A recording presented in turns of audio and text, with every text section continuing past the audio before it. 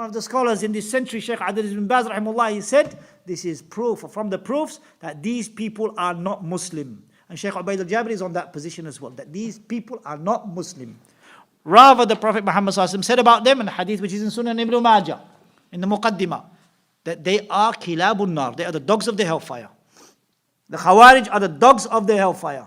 They think that the Rasul seerah, his seerah that he used to kill to the last drop of blood. The Rasul in his seerah, there were battles, but not inside the community. There were battles in a battleground. Their army and their army. In a battleground. In a legitimate battle. And even then he forbade the killing of women. He forbade the killing of priests in their monasteries or rabbis in their monasteries because they had nothing to do with the battle. They're in their monasteries. And that is a hadith which is authentic, which is in Musnad Imam Ahmad. He forbade that. Forbade the killing of innocent people. Got nothing to do with it. But these bloodthirsty takfiris, even if a person says La ilaha, they'll still kill him. They'll still kill him and they will burn him in the most evil and vile of ways. This is not Islam. This is far away from Islam. And Allah subhanahu wa ta'ala forbade to harm others.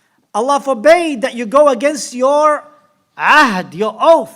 You come into a country, or you live in side by side, non-Muslims in a country, then there is an oath between you and them. The oath of not harming each other. You don't expect anyone to harm you, so why should they expect to be harmed by you? An oath between you and them to look after your communities from harm.